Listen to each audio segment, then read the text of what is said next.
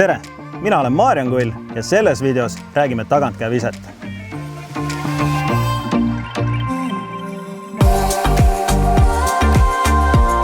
Tagakäeviske puhul pane käsi lahtiselt enda ette, aseta ketas kätte niimoodi, et ta oleks enam-vähem nimetissõrme ja keskmise sõrme vahel.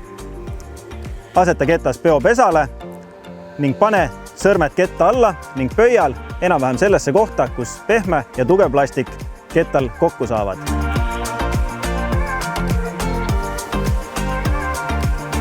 Tagantkäeviskeks aseta parem jalg oma kehast natukene ettepoole ja 90 kraadi peale.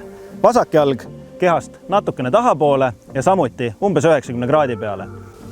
Niimoodi saad hoida ilusti keha tasakaalu ning sättida ka viskesuunda. Viskesuuna valimiseks kasuta jalgatasendit. Kui on vaja liikuda natukene vasakule või vise sooritada natukene vasakule, siis liigu jalgadest natukene vasakule ning kui on vaja paremale viskesuunda, siis liigu natukene paremale. Viske sooritamiseks hoia käsi umbes 45 kraadi all keha suhtes. Ära tõsta küünarnukki liiga ülesse ega suru liialt vastu keha.